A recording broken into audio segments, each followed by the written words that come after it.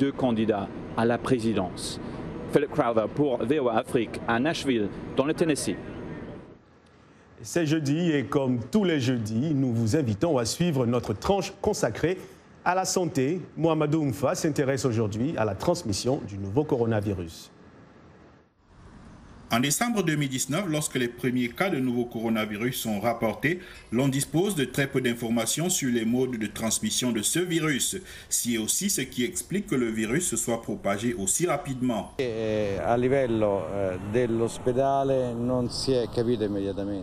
Dans les hôpitaux, on n'a pas immédiatement compris, en raison de l'absence de signes épidémiologiques, qu'on avait affaire aux personnes infectées par le nouveau coronavirus et donc des mesures de précaution n'ont pas été prises.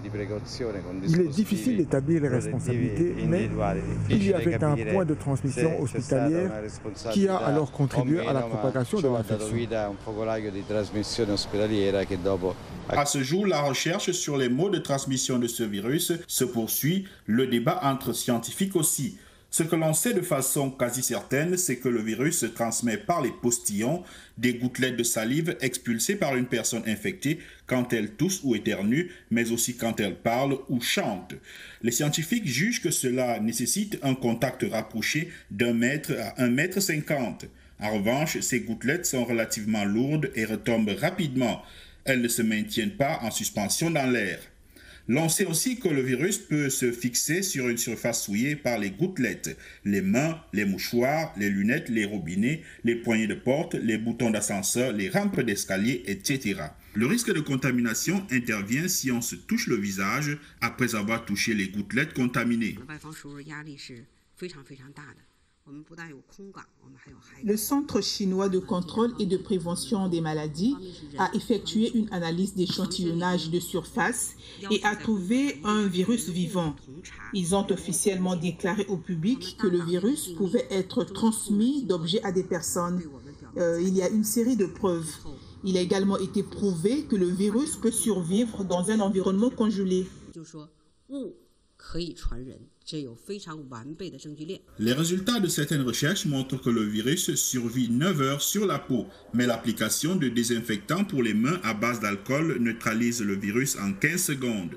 Dans un milieu frais et sombre, ce virus peut survivre jusqu'à 28 jours sur des écrans de téléphone, du verre, de l'acier. Cela peut aider à expliquer pourquoi, même lorsqu'il y a plus de personnes contagieuses, il arrive que l'épidémie revienne.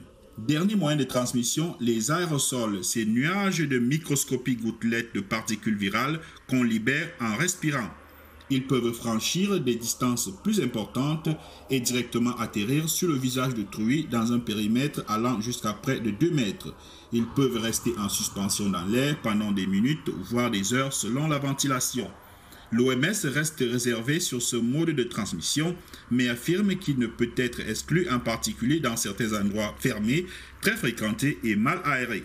Des zones d'ombre demeurent donc encore sur la transmission du nouveau coronavirus, mais les mesures recommandées sont connues. Porter un masque en public, ne pas serrer les mains, se les laver fréquemment au savon et au gel hydroalcoolique et désinfecter régulièrement les surfaces touchées fréquemment, en particulier au travail et dans les lieux publics.